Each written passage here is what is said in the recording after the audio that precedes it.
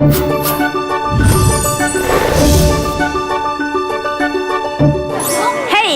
je suis Eleanor Bridge, je suis ravie de vous retrouver à Disneyland Paris pour le 11e épisode de My Sparkling 25.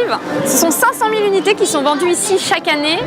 Ils représentent nos héros préférés dans les films, les attractions iconiques du parc. Vous l'aurez deviné, je vais vous parler de pins. Et aujourd'hui, je vais vous emmener dans les coulisses de cet accessoire de mode indispensable.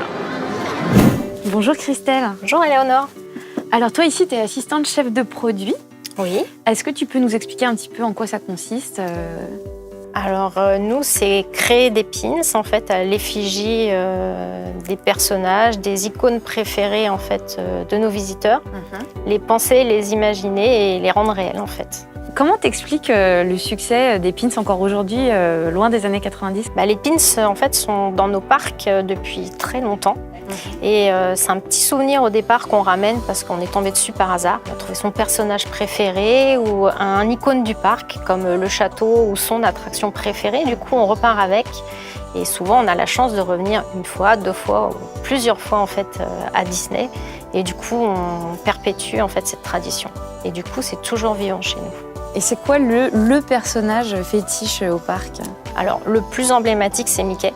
Évidemment, c'est celui qui représente le plus Disney. Quand on pense à Disney, c'est Mickey qui revient en premier. Et du coup, vous ne faites pas que vendre des pins en fait au parc. Vous animez vraiment toute la communauté des gens qui veulent échanger le pin trading, comme on l'appelle. C'est ça. Donc là, on rentre dans un univers et dans lequel on part à la chasse, en fait, à la chasse au trésor pour trouver son pins, soit inattendu ou le pins qu'on cherche désespérément partout.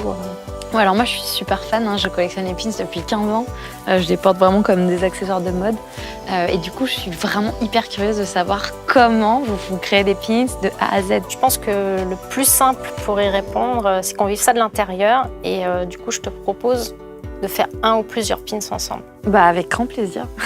C'est super. C'est parti ? Ça marche, je suis. Merci, bien. Je te propose en premier de regarder dans la bibliothèque en fait déjà pour connaître le thème en fait sur lequel on va partir. Okay. Il y a tellement de films. Quel est ton préféré? Sur lequel tu as envie de partir en fait? Moi c'est les classiques. Du coup j'attrape ça direct. Alice bien sûr. Oui. C'est la version Marie-Claire. Et puis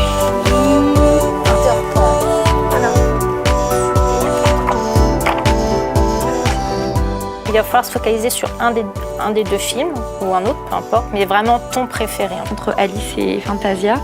Je pense qu'on peut aller sur Alice parce qu'il y a un univers tellement riche et avec beaucoup de personnages.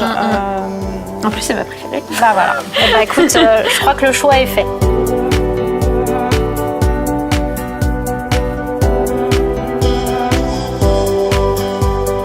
Donc là, on a les 3 premiers dessins en fait, les 3 premiers pins. Ce serait pas mieux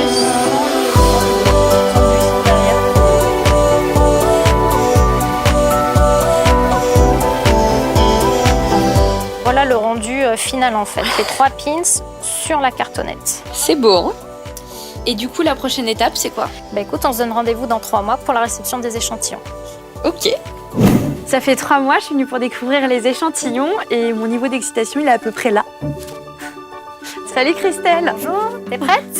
Je suis prête, ouais. Allez. Je suis très, très impatiente. Je te montre la première. Donc, les petites roses. Ouais.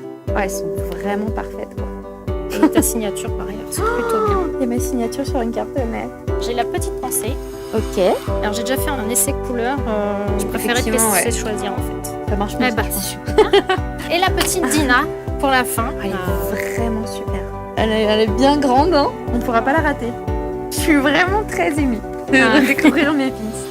J'espère que cet épisode de My Sparkling 25 vous a plu. La collection sort le 17 juin, donc si vous avez hâte comme moi de la découvrir, rendez-vous au parc.